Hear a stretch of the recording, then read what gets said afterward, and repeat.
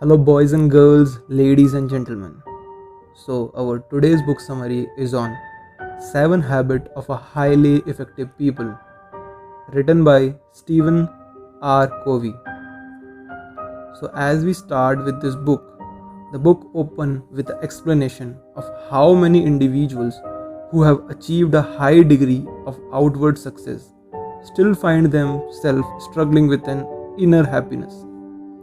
Covey believes the way we see the world is entirely based on our own perceptions. In order to change a given situation, we must change ourselves, and in order to change ourselves, we must able to change our perceptions. So let's get started with the points. First point, be proactive. We are in charge. We choose the script by which to live our life. Use this self-awareness to be proactive and take responsibility for your choices.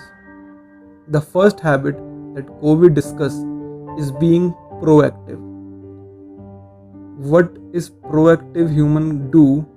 Basically, put simple, in order to be effective, one must be proactive. Reactive people take a passive stance.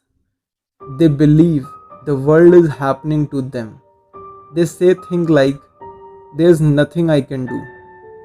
That's just the way I am. They think the problem is out there, but the thought is the problem. Reactive become a self-fulfilling property, and reactive people feel increasingly victimized and out of control. Proactive people, however, recognize they have responsibility or response, which Covey defines as the ability to choose how you will respond to a given stimulus or situation. In order to be proactive, we must focus on the circle of influence that lie within a circle of concern. In other words, we must work on the things we can do something about. The positive energy we attract will cause our circle of influence to expand. Reactive people, on the other hand, focus on the things that are in their circle of concern, but not in the circle of influence, which leads to a blaming external factors, negative energies, and causing their circle of influence to shrink. Key lesson from the first point, challenge yourself to test the principle of proactive by doing the followings. Start replacing reactive language with proactive language. Reactive like, he makes me so mad, and proactive, I control my own feeling. Convert reactive task into proactive. The second point from the book, being with the end in mind. Start with a clear distinction in mind. Covey says we can use our imagination to develop a vision of what we want to become, and use our conscious to decide what value will guide us. Most of us find it rather easy to busy ourselves. We work hard to achieve victories, promotions, higher income, more recognition. But we don't often stop to evaluate the meaning behind the busyness. Behind these victories, we don't ask ourselves if these things that we focus on so intensely are what really matter to us. Covey emphasizes that our self-awareness empowers us to shape our own lives instead of living our lives by default or by based on the standards or preference by others. Beginning with the end in mind is also extremely important for businesses. Being a manager is about optimizing for efficiency, but being a leader is about setting the right strategy vision for your organization in the first place and asking, what are we trying to accomplish? Before we are individuals or an organization can start setting and achieving goals, we must be able to identify our values. This process may involve some rescripting to be able to assert our own personal value. Rescripting, Covey explained, is a recognizing ineffective script that have been written for you and changing those scripts for proactively written new one that are built of your own value. It's also important to identify our center. Whatever is the center of our life will be source of security, guidance, wisdom and power. Our center affects us fundamentally. They determine our daily decisions, actions and motivation, as well as our interpretation of events. However, Covey noted that none of these centers are optimal, and instead we should strive to be principle centered. We should identify the timeless, unchanging principle by which we must live our life. This will give us the guidance that we need to align our behavior with other beliefs and values. Key lesson from this point: challenge yourself to test the principle of beginning with the end in the mind by doing the following. Visualize in rich detail your own funnels. Who is there? What are they saying about how you live your life, about the relationship you had? What do you want them to say? Think about how you prioritize would change if you only had 30 more days to live. Break down different role in your life, whether professional, personal or community, and list 3 to 5 goals you want to achieve for each. Define what scares you. Public speaking, critical feedbacks after writing a book. Write down the worst case scenario for you, biggest fear. Then visualize how you will handle that situation. Write down exactly how will you handle it. Point third from the book: put first thing first. In order to manage ourselves effectively, we must put first thing first. We must have the discipline to prioritize our day-to-day action based on what is most important and not what is the most urgent. In Habit 2, we discuss the importance of determining our value and understanding what is we are setting our to achieve. Habit 3 is about actually going after these goals and executing on our priority on a day-to-day, moment-to-moment basis. In order to maintain the discipline and the focus to stay on track toward our goal, we need to have a willpower to do something when we don't want to do it. We need to act according to our values rather than our desires or impulse at any given moment. We react to an urgent matter. We spend our time doing things that are not important. That means that we neglect our quarter 2, which is actually most crucial of them all. If we focus on quarter 1 and spend our time managing crisis and problem, it keep getting bigger and bigger until it consumes us.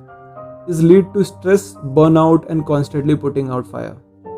If we focus on quarter 3, we spend most of our time reacting to matters that seem urgent when the reality is their perceived urgent is based on their priority and explanation of others. If we focus on quadrant 4, we are basically leading an irresponsible life. This often leads to getting fired from a job and being highly dependent on others. Quadrant 2 is the heart of effective person management. It deals with the things like building relationship, long-term planning, exercising, preparation, all things we know that it's need to do but somehow get around actual doing because they don't feel urgent. In order to focus our time in quarter 2, we have to learn how to say no to other activities. Sometimes one that seems urgent, we also need to able to delegate effectively. Plus, When we focus on quarter 2, it means we are thinking ahead, working on the route, and preventing crises from happening in the first place. This helps us to implement a parity principle. 80% of your result come from 20% of time. I repeat this sentence because this is the most important thing.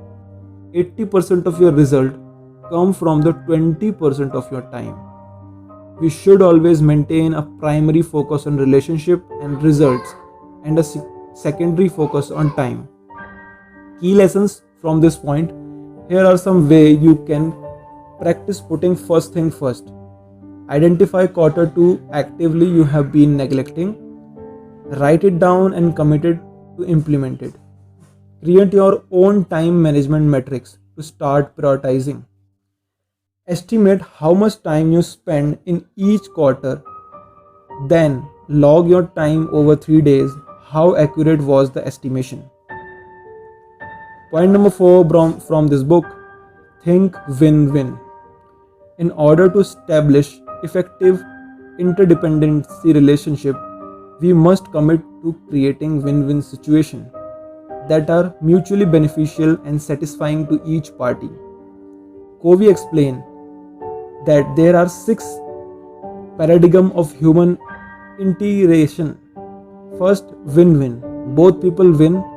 Agreements or solutions are mutual, beneficial, and satisfying in both parties. Win and loss. If I win, you lose. Win-loss people are prone to use positions, powers, credentials, and personality to get their way. Loss-win. I lost, you win. Loss-win people are quickly to please and appear to seek strength from popularity or acceptance. Loss-loss. Both people lose when the two win-loss people get together. I repeat, when two win-loss people get together, that is when two deterministic, stubborn, ego-invested individuals interact, the result will be loss-loss. Only win. People with a win mentality don't necessarily want someone else to lose. That's irrelevant. What matters is that they get what they want. Win-win or no deal. If you can't reach an agreement that is mutually beneficial, there is no deal. The best option is to create win-win situation. The win-win, loss-win, one person appears to get what he wants for the moment, but the result will negative impact and relationship between those two people going forward. The win-win or no deal option is important to use as a backup. When we have no deal as an option in our mind, it's liberate us from the needing to manipulate people and push our own agenda. We can be open and really try to understand the underlying issue. So the key lesson from this is get yourself to start thinking win-win these challenges. Think about an upcoming interaction where you will be attempting to reach an agreement or solution. Write down a list of what the other people is looking for. Next, write a list next to that of how you can make an offer to meet those needs. Identify 3 important relationships in your life. Deeply considered your own interaction tendencies. Are they win-loss? How does that affect your interaction with others? 4th point from this book, seek first to understand, then to be understood. Before we can offer advice, suggest solutions, or effectively interact with another people in any way, we must seek to deeply understand them and their perspective through empathy listening. Let's say you go to an optometric and tell him that you have been having trouble seeing clearly, and he takes off his glasses and hand them to you and says, "Here, try these. They have been working for me for years." You put them on but they only make the problem worse. What are the chances you had go back to that optimistic? Unfortunately, we do the same thing in orderly everyday interacting with others. We prescribe a solution before we diagnose the problem. We don't seek to deeply understand the problem first. Habit 5 says that we must seek first to understand, then to be understood. In order to seek to understand, we must learn to listen. Basically, these point says that when we able to present our idea clearly and in the context of deep understanding of other people's needs and concern, we significantly increase the credibility of your ideas. Key lesson from this: next time you have watching two people communicating, cover your ears and watch what emotions are being communicated that might not come across through the word alone. Next time you give a presentation rooted in empathy, begin by describing the audience point of view in given detail. What problems are they facing? How is what you are about to say offering a solution to their problems? Point number 6 from the book: synergize. By understanding or value the difference in another person's perspective, we have the opportunity to create synergy which allow us to uncover new possibility through the openness and creativity. The combination of all the other habits prepare us for a habit 6, which is an habit of synergize, or when 1 plus 1 equal 3 or more and the whole is greater than the sum of its part. For example, if you plant two plants close together, their roots will commingle and improve the quality of the soil so that both plants will grow better than they would on their own. By putting forth a spirit of truth and the safety, we will promote others to become extremely open and feed to each other insights and ideas, creating synergies. After all, if two people have the same opinion on an unnecessary, when we become aware of someone different perspectives, we can say, good, you see it differently, help me see what you see. We seek first to understand and then we find strengths and utility in those different perspectives in order to create a new possibilities and win-win result. Synergize allow us to value the difference in other people's as a way to expand our perspective. Sidestep negative energy and look for the good in the others. Exercise courage in interdependent situations to be open and encourage others to be open. Key lessons from this point: make a list of people who irritate you. Now choose just one person. How are their views different? Put yourself in their shoes for 1 minute. Think and pretend how it feels to be them. Make a list of people with whom you get along well. Now choose just one person. How are their view different? Now write down a situation where you had an excellent teamwork and synergize. Why? What conditions were met to reach such fluidity in your interactions? How can you recreate those conditions again? Point number 7 and the last point from the book: sharpen the saw. To be effective, we must devote the time to renew ourselves physically, spiritually, mentally, and socially. Continuously renewal allow us to synergistically increase our ability to practice each habit. Habit number 7 focused around the renewal or taking time to sharpen the saw. It surround all of the other habit and make each one possible by presenting and enhancing your greatness assets yourself. There are 4 dimensions of our nature and each must be exercised regularly and be balanced way.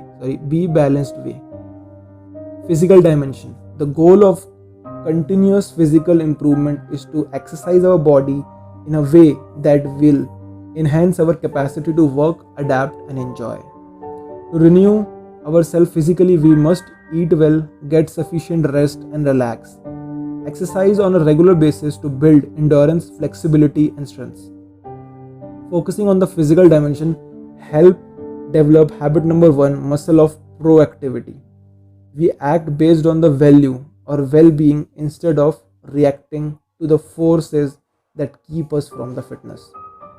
Dimension number 2, spiritual dimension. The goal of renewal of our spiritual self is to provide leadership to our life, reinforce your commitment to our value system. To renew yourself spiritually, you can practice daily meditation, communicate with nature, immerse yourself in a great literatures or music.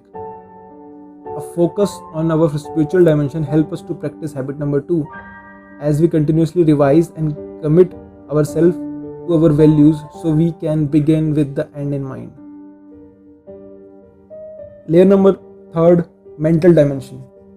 The goal of renewing our mental health is to continue expand our mind. To renew yourself mentally, you can read good literatures, keep a journal of your thoughts, express and insights, limit television watching to only those programs that enrich your life and mind.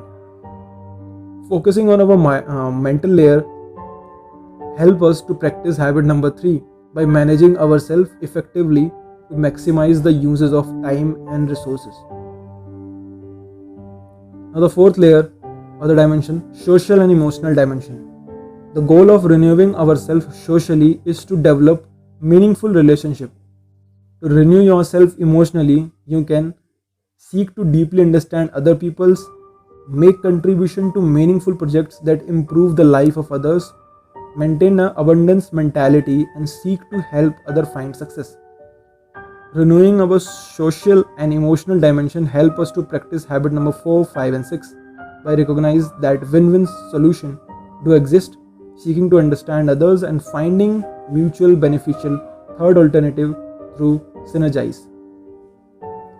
So the key lesson from this last point is make a list of activities that would help you to renew yourself along each of the 4 dimensions. Select one activity for each dimension and list it as a goal for the coming week. Commit to writing down a specific sharpen the saw activity in all 4 dimensions and each week to do them and evaluate your performance and results. So this is the summary of the book called The 7 Habits of Highly Effective People. I hope you enjoy the summary.